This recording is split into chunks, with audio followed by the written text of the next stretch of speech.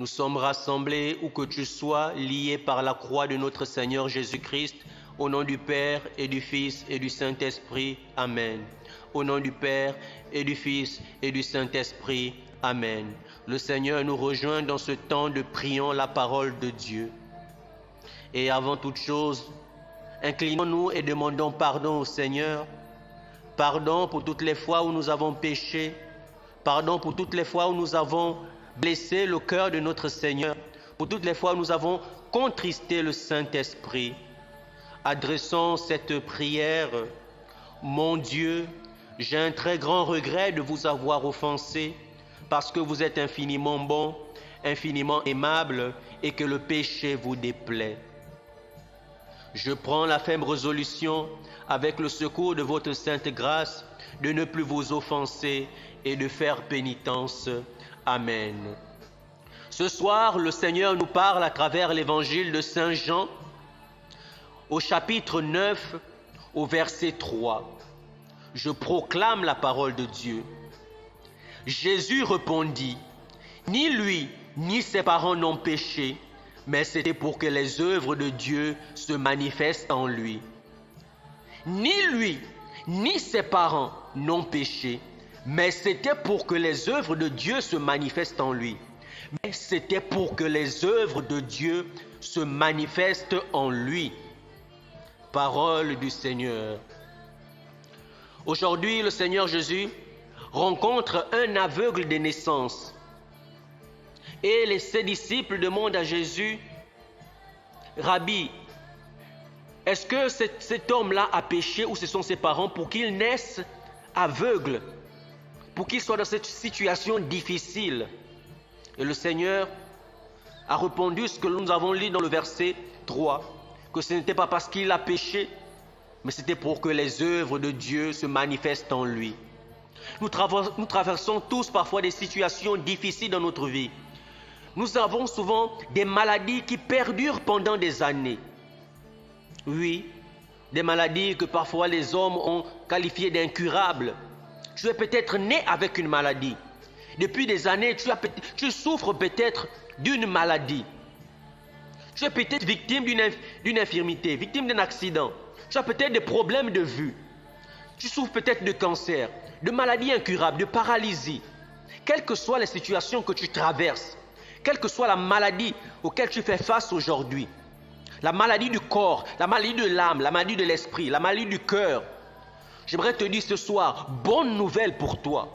Bonne nouvelle, parce que le Seigneur te dit que la situation par laquelle tu passes aujourd'hui, ce n'est pas pour ton humiliation, ce n'est pas pour que tu souffres, mais c'est pour la gloire de Dieu. C'est pour que la gloire de Dieu soit manifeste dans ta vie, pour que tu sois un témoignage vivant de la puissance et de l'amour de Dieu. Oui, c'est la bonne nouvelle que je t'apporte ce soir. Le Seigneur dit, c'est pour que les œuvres de Dieu soient manifestes dans ta vie. Ne pleure plus, mon frère, ma soeur. Quelle que soit la maladie que tu traverses, j'aimerais simplement t'inviter ce soir. J'aimerais simplement te demander ce soir, par le puissant nom de Jésus-Christ, je te demande maintenant ce soir d'appeler dans ta situation, d'appeler dans ta maladie les œuvres de Dieu, d'appeler dans ta situation la gloire de Dieu. Oui. Les œuvres de Dieu sont multiples. L'œuvre de Dieu veut s'accomplir dans ta vie, dans ta situation. Oui, les œuvres de création. Oui, le Seigneur peut te restaurer. Les œuvres de rédemption, les œuvres de la sanctification. Appelle les œuvres de Dieu dans ta vie, dans ta situation, dans ta maladie. Oui. Appelle les œuvres de Dieu dans ta maladie, dans ta stérilité, dans tes problèmes de vue, dans ton chômage, dans les humiliations que tu traverses, dans les insomnies, dans la pauvreté, dans les infirmités, dans la stérilité, dans le manque de mariage que tu cherches, où les gens t'humilient, les gens se moquent de toi, dans cette humiliation, dans cette pauvreté, dans ce chômage à longue durée. Appelle la gloire de Dieu, appelle la manifestation de l'œuvre de Dieu dans ta vie, dans cette situation. Dis, dans cette maladie que j'ai, dans cette situation que j'ai, j'appelle les œuvres de Dieu. Appelle la guérison, appelle le miracle, appelle la bénédiction. Oui, appelle la grâce, appelle la miséricorde de Dieu, appelle le pardon du Seigneur. Oui, tu peux avoir commis quelque chose.